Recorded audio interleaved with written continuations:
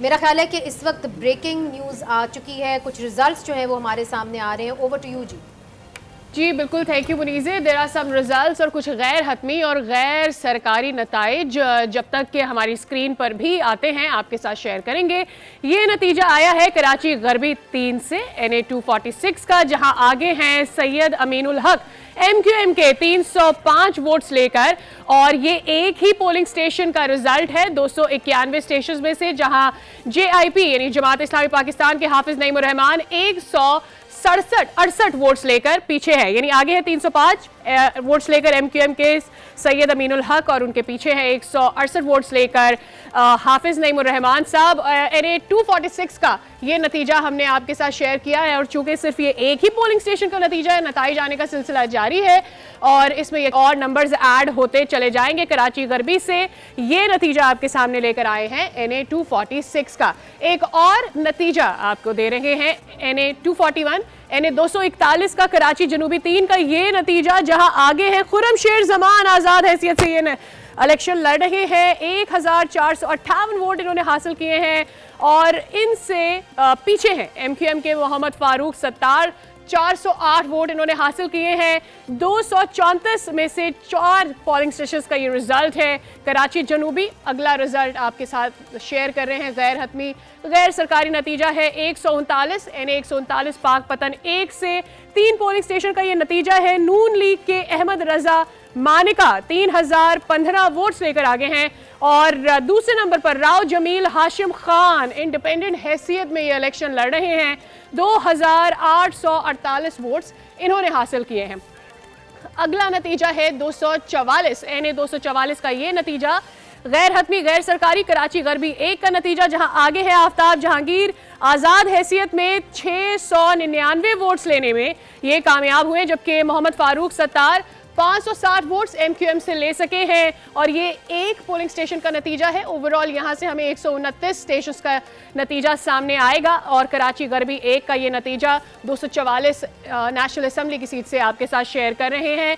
अगला नतीजा आपके सामने शेयर करेंगे, लेकिन फिल वक्त आपको NA 244 का नतीजा आपके सामने हमने पेश किया है। अगला नतीजा है गैर सरकारी गैर हतमी नतीजा, ये भी कराची का नतीजा है, और ये नतीजा जो है कराची वस्ती 2 से NA 248 248 से खालिद मकबूल सिद्दीकी MQM के 859 वोट्स लेकर आगे हैं। 3 पोलिंग स्टेशन का ये रिजल्ट है 361 में से, और इनके साथ हैं दूसरे नंबर पर इंडिपेंडेंट हैसियत में ये इलेक्शन लड़ रहे हैं, 569 वोट्स लिए हैं अरसलान खालिद ने, जो कि दूसरे नंबर पर है। और ये नतीजा NA 248 से कराची वस्ती 2, जिस पर 3 पोलिंग स्टेशन का ये नतीजा, और 361 पोलिंग स्टेशन है मजमूई तौर पर, जिसमें से 3 का इलेक्शन में से रिजल्ट्स जो अभी तक सामने आए, जिसमें MQM के खालिद मकबूल सिद्दीकी आगे हैं। अगला नतीजा आपके सामने रखते हैं। अगला नतीजा आया है NA 196 196 से कंबर शहदाद कोट 1 का, एक पोलिंग स्टेशन का 303 में से रिजल्ट ये आया है, जिसमें Bilawal Bhutto Zardari chairman Peoples Party हमारे सामने 364 वोट लेकर ये आगे है, और उनके पीछे हैं जमीयत उलमा इस्लाम के नासिर महमूद, जिन्होंने 5021 वोट्स लिए हैं। एक दफ़ा दोबारा से ये अनाउंस करूंगी क्योंकि नंबर्स अब अपडेट हुए हैं। तो NA 196 का कंबर शहदाद कोट का ये रिजल्ट जो आपके सामने रख रहे हैं, बिलावल भुट्टो जरदारी आगे हैं 11,739 वोट्स लेकर, और दूसरे नंबर पर है नासिर महमूद, जिन्होंने हासिल किए हैं 5021 वोट्स JUIP के। तो इस तरह से यहाँ पर 27 पोलिंग स्टेशन का ये नतीजा आपके सामने रख रहे हैं, और मुकम्मल तौर पर 303 पोलिंग स्टेशन हैं जिनके नताइज अभी मुकम्मल होने हैं। तो Muneeze, these were the results. I hope यहाँ से जो कराची के रिजल्ट्स तो आए बट अदरवाइज भी कुछ बड़े नतीजे हमें सामने नजर आए हैं जिनका हम इंतजार कर रहे हैं। बिल्कुल, बहुत बहुत शुक्रिया। मगर हम अपने नाज़रीन को ये बताएं कि पहले तो ये गैर हतमी नताइज है, और दूसरा ये इतने ज़्यादा पोलिंग स्टेशंस नहीं हैं, तो जो हतमी फ़ैसला है, नतीजा है, वो चेंज भी हो सकता है। मगर इमरान सुल्तान साहब, चूँकि कराची से आपने खासी रिपोर्टिंग की है, मुझे ये बताइए NA 246 MQM अमीनुल हक साहब आगे और हाफिज नईम साहब जो हैं वो पीछे, अपसेट है कि नहीं है? देखें, ये उससे ज्यादा मुझे फिक्र फारूक सत्तार साहब की है कि वो दोनों जगहों पे दोनों बड़ा मार्जिन है, बड़ा मार्जिन है, दोनों जगहों से पीछे और बड़े मार्जिन के साथ। ये खुर्रमशेर जमान 1458, फारूक सत्तार 408, और आफ्ताब जहांगीर 699, वहां पे थोड़ा सा है, लेकिन और फारूक बड़े मार्जिन से पीछे हैं। जी। और पिछली मरतबा भी दो जगहों से उन्होंने कंटेस्ट किया था और फिर उसके बाद बड़ा अरसा लगा फारूक साहब को दोबारा इन होने में। हाफिज नईम साहब, कल जो बात हो रही थी कराची में बहुत एक्टिविटी दिखाई, पूरा कराची जो बात की जा रही थी, इन जनरल एक परसेप्शन जो था, और मैं कल भी कह रहा था कि शायद मेरे लिए ये था कि अमीनुल हक साहब जो है वो थोड़ा सा मुश्किल लग रहा था, लेकिन जमात इस्लामी आगे। मेरे लिए नहीं था। क्यों? इसलिए कि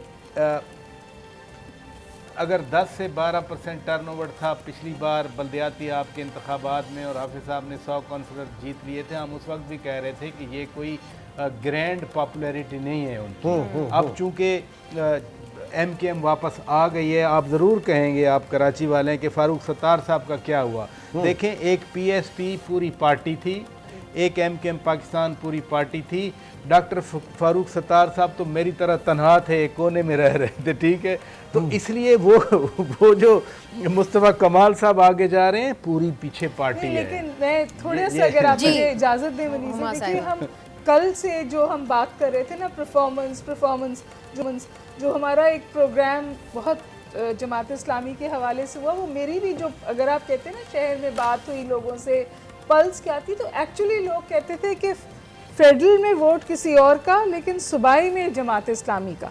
ये अक्रॉस द बोर्ड आपको ये पल्स मिलती थी। अभी ये पल्स सामने नहीं आई। सिद्रा साहिबा, ये बात जो पराचा साहब ने की सही हो गई, खालिद मकबूल साहब की। हाँ, कि एक खला तो आया है ना कि फारूक सत्तार साहब दूर थे MQM से, तो आपको लगता है कि उसकी वजह से जो पार्टी है उनको ओन नहीं कर पाई, या कि वोटर पहचान नहीं पाया कि जी ये वापस आ गए हैं, उस तरह से उनको आइडेंटिफाई नहीं कर पाए? जो मदे मुकाबिल थे वो भी तो देखिए तगड़े। खुर्रम शेर जमान और आफ्ताब जहांगीर। खुर्रम शेर जमान को अपनी पार्टी ने शौकात नोटिस दिया हुआ है, कमाल कर रहे हैं आप। अगर वो मतलब है, तो फिर क्या निकल रहा है 1458 में, क्या निकल रहा है? अगर 1458 वोट है, क्या मैं यही तो सवाल कर रही हूँ कि जो खला आया है जब वो दूर चले गए पार्टी से और फिर वापस आए, क्या वो गवर्नर साहब तो उनके बैठे हुए हैं, कभी वो गवर्नर साहब को सेनेटर बनाना चाह रहे थे।